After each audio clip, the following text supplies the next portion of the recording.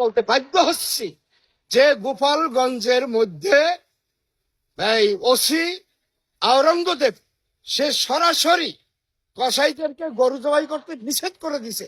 এই এলাকায় গরু জবাই করতে দেওয়া হবে না।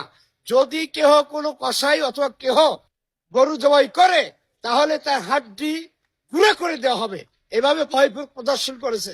তখন ওই এলাকার যারা কসাই ছিল গরু জবাই করত তারা এটার বিরুদ্ধে একটা অ্যাপ্লিকেশন দিছে গোপালগঞ্জের ডিসির প্রতি। আশ্চর্য দুঃখজনক ব্যাপার, গোপালগঞ্জের ডিসি কোনো গুরুত্ব এখন পর্যন্ত দেয় নাই। আমি অনুরোধ করব এই আওরঙ্গজেব ওসিকে স্থান রিলিজ করে গ্রেপ্তার পূর্বক বিচার করা হোক। সে শুভেন্দুর দালালি এবং মুদির দালালি বাংলাদেশে কেন করবে এবং গোপালগঞ্জকে কেন সে ভারতের অঙ্গরাজ্য বাংলা